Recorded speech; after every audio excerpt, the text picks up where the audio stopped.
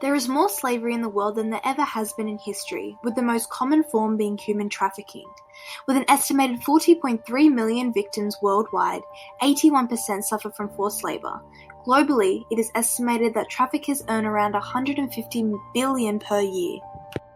The definition for human trafficking, in summary, is the control and transfer of people under threat, force or manipulation, controlled by people with power over them.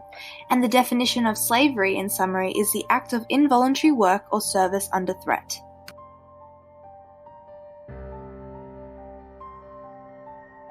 Some international documents on human trafficking include the Slavery Convention 1926, which is amended in 1953, the Forced Labor Convention 1930, and the Convention for the Suppression of Trafficked Persons and of the Exploitation of the Prostitution of Others 1949.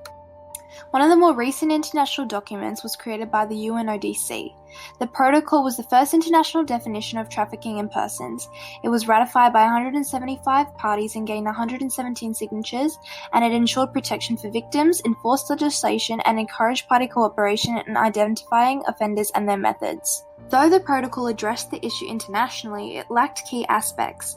An article written by Kelly Hyland stated that the protocol didn't provide protection for victims who were coerced into committing illegal acts, and any mention of integration support for the victim. In 2005, Australia ratified the UN's protocol and in response made amendments to the Criminal Code Act 1995 and Telecommunications Interception Act 1979. In Australia's own legislation, human trafficking is a crime under the Crimes Act 1914 and the Criminal Code 1995, listed under Division 270, Slavery and Slavery-like Conditions, and 271, Trafficking in Persons and Debt Bondage. Australia's enforcement of this legislation can be seen through cases like R v. Dobby.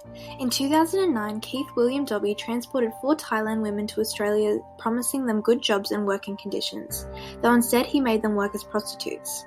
The women were forced to work whenever he wanted them to and were paid as much as $20 a day and could not escape due to obstruction by Dobby and their lack of money and isolation due to culture and the language.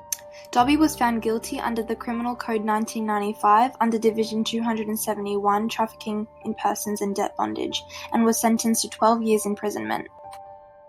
In 2011, a special rapporteur visited Australia and made recommendations for law reform on human trafficking legislation.